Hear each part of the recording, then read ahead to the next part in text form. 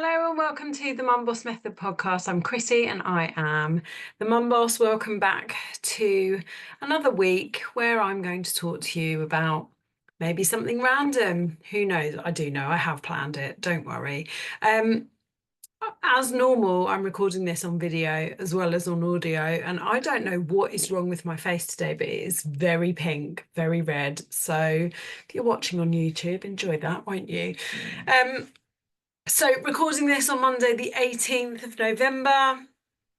Had a busy old weekend. I've got less than 2 weeks until my high rocks competition, which, is all good. I'm not as well trained as I'd hoped I would be because I tore my hamstring, but it's going to be fine. I'm really confident.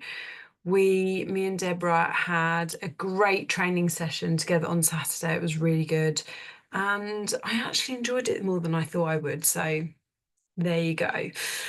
Today, let's crack on with today's topic. I want to talk about the cost of things. And when I say that, I'm going beyond the pounds and pence price of something, okay? I'm not just talking about how much it is to work with me as a coach or how much it is to hire a PT. I'm talking about the costs and benefits of your choices, of your actions, of your behaviors.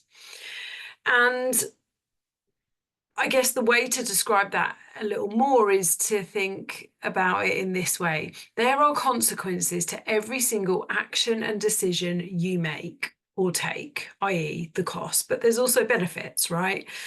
And like if we start by zooming out and looking at the big picture of this, obviously I help mums to get fitter, to get stronger, to get healthier, and if it's in their goals, to lose weight. Now, if we take health as the main part of the objective of what I want to help people do, the cost of not focusing on your health could lead to poor health.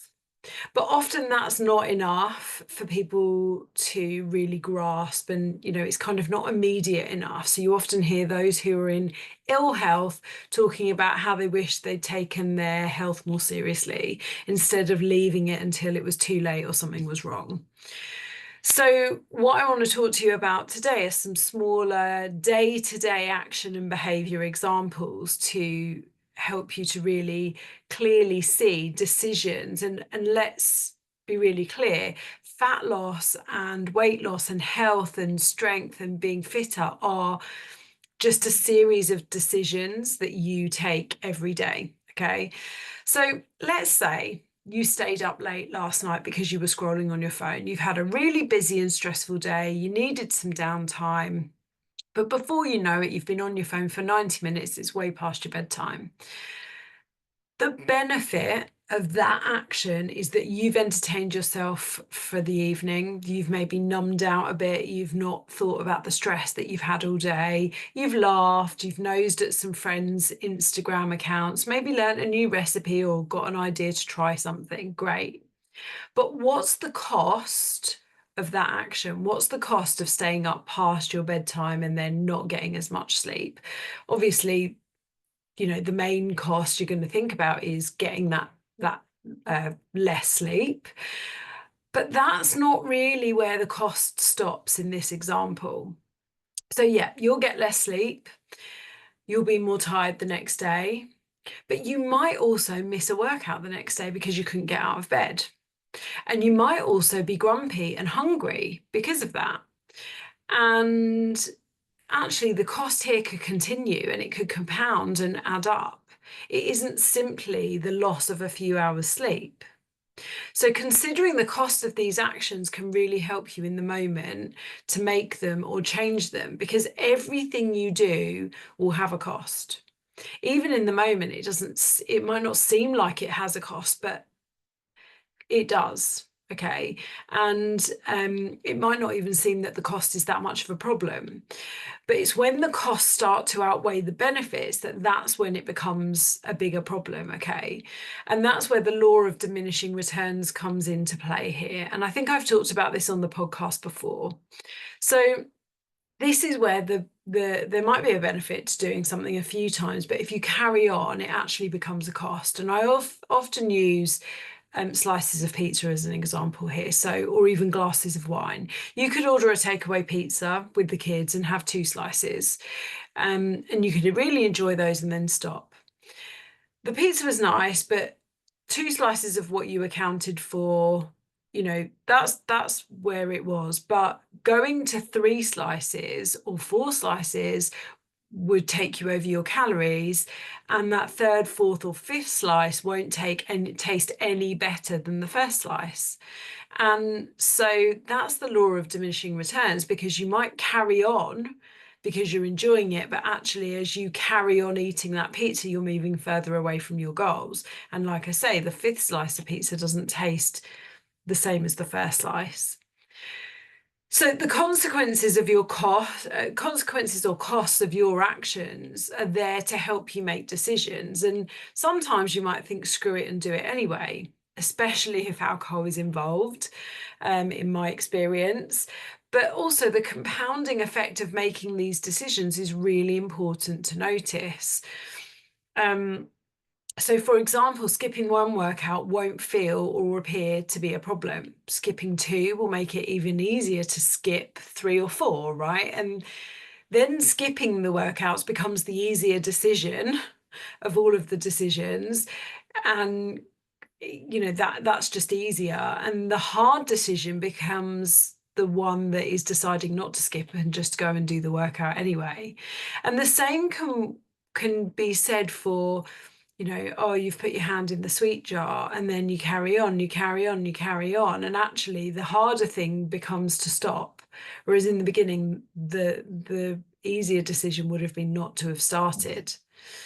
Remember, your brain always wants you to have the easiest life. So, that one chocolate or one sweet from the sweet jar or the tin might not seem a lot, but one might lead to 5 or 10, and then that might lead you to the mentality of, F it, I've ruined it now, I may as well carry on.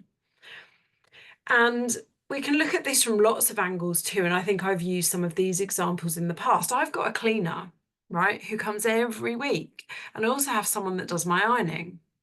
And when I first started using both of these people, my parents were shocked and a little bit horrified that I would do that, because we didn't have cleaners growing up.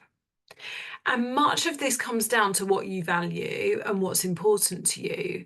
I value 6 hours of my weekend more than I value the cost of paying for both of these services. So the benefit of paying for a cleaner and someone to do my ironing far outweigh the physical cost, the physical money I hand over to both of those people. It's the same with getting my hair done. I haven't dyed my own hair since I was about 18, and I used to do a horrible job then, and I swore I wouldn't do it again. I value the whiteness in my bathroom and the skill and expertise of my hairdresser, who does a better job than I do, even though it probably cost me 10 times as much to get him to do it than it would to buy a bottle job from Boots. So why am I telling you this? What's the point? I want you to consider the cost versus the benefit when you're making the decisions in life, in your health, with food, with exercise, okay? When you're deciding, you're looking at your plans for the week and you're thinking, am I going out for dinner? Where am I eating? What am I doing with my workouts? Where is it that you need to make some compromises? Where is it that you need to consider the cost versus the benefit? And don't just think about the big decisions. Think about some of these small granular decisions, like what to have for breakfast, but then also think through to the bigger decisions, like if you should start on a health journey or hire a coach. What are the costs and the benefits of each of these? In the short term, does it really matter if you bin off your fat loss goals for this meal out or skip your walk to watch that TV show? No, not right in the moment, it won't. But the costs and the benefits are not always immediate. Now, that's not to say that sometimes the cost might actually be worth it. So, for example, I went out on Saturday for dinner and a few drinks, and I'm not a big dinner. I'm not a big drinker. I knew that the cost of having more than a couple of drinks would mean, my energy, how I felt on the Sunday. But we had such a nice time and I was well planned for the next day that the cost of that Saturday night was completely worth it. Now, there are two things that I suggest that help you with this. And one of them is the pause. And this is really tricky to learn to do in the moment, but pausing before you make the decisions. And then reflection.